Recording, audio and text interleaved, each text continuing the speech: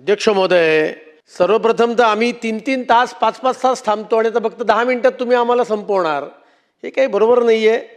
याच्याविषयी मी तीव्र नाराजी व्यक्त करतो. सर्वप्रथम सत्ताधारी पक्षाने जो 293चा ठराव आणला आहे त्याच्यावर माझे विचार या ठिकाणी व्यक्त करण्याकरता मी उभा आहे आणि मुंबई महानगरपालिकेच्या मुंबई शहराच्या प्रश्नांविषयीची ही चर्चा आहे.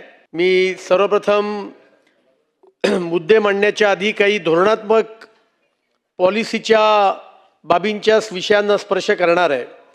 अध्यक्ष महोदय, केंद्र सरकारसह देशातल्या सर्व राज्य सरकारना पॉलिसीच्या बाबतीत मार्गदर्शन करणारी नीती आयोग ही देशातली सर्वोच्च संस्था आहे, ज्यांच्या पॉलिसीच्या आधारावर केंद्र सरकारची राज्य सरकारांची धोरणं योजना आखली जातात. या नीती आयोगाने नुकताच एक रिपोर्ट लोकल सेल्फ गव्हर्नमेंटच्या विषयी काढलेला आहे. त्या रिपोर्टचं नाव आहे moving towards effective city government, A framework for million plus cities. हा अहवाल माझ्या हातामध्ये. या अहवालाने ज्या अनेक गोष्टींचं शहरांचं व्यवस्थापन सुधारण्याकरता सूचना केलेल्या आहेत, एक महत्त्वाची सूचना ज्याचा उल्लेख या सदनामध्ये यापूर्वीच्या अनेक चर्चांमध्ये मी केला आहे. माननीय मोदीजींनी देशभरातली केंद्र आणि राज्य सरकारांची वेगवेगळी डिपार्टमेंट एका प्लॅटफॉर्मवर यावीत याच्याकरता गतिशक्ती योजना माननीय मोदीजीने आणली. आणि मुंबई शहराकडे आपण बघितलं तर मुंबई शहराचं एक वैशिष्ट्य हे आहे की मुंबई शहरामध्ये अनेक प्लॅनिंग अथॉरिटीज आहेत.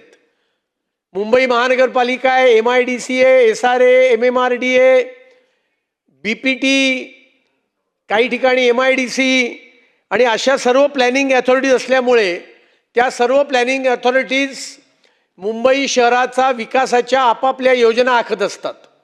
त्या ठिकाणी केंद्र सरकारची डिपार्टमेंट्स आहेत.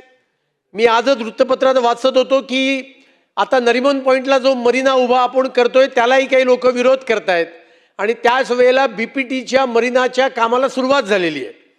माझ्या हातामध्ये एक कात्रण आहे की आता नरिमन पॉईंट एक कप परेडचा एक ब्रिज MMRDA बांधणार आहे.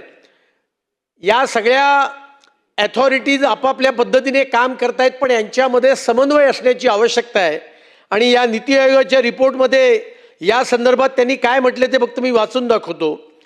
वीक पब्लिक सर्व्हिस डिलिव्हरी या सेक्शनखाली नीती आयोगाने आपल्या रिपोर्टमध्ये म्हटलंय, administrative process with ULBs and parastatals remain constrained by a lack of standardisation and alignment across departments.